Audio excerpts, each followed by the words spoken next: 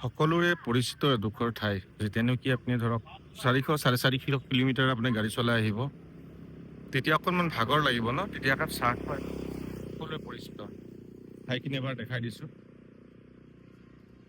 জহালি বুলি কয় এইখিনি, জহালি। নেলিৰ পৰা অলপ আগত, জাষ্ট ইয়াৰ পৰা গৈ কিনে অকণ আগত গৈ নেলি পাব, এইখিনিকে কয় জহালি। সম্পূৰ্ণ গোটেই চেগুন গছৰ তলে তলে দোকানবোৰ আছে আপোনাৰ সৰু সুৰাকৈ এনেকুৱা ধৰণৰ চব। এনেকুৱা ধৰণৰ দোকানবোৰ আছে, ইয়াতে ৰখি আপুনি চাহ খাই, ভাত খাই, কি খাই খাব পাৰিব। যিহেতু ভাগৰ লাগিলে ময়ো ইয়াতে বহি চাহ একাপ খালোঁ বাধ্যতে ইয়াতে।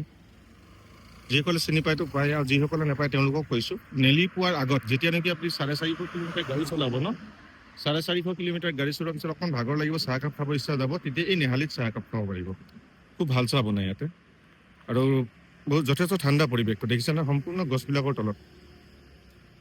মনত ৰাখিব জেগাটোৰ নাম নেহালি।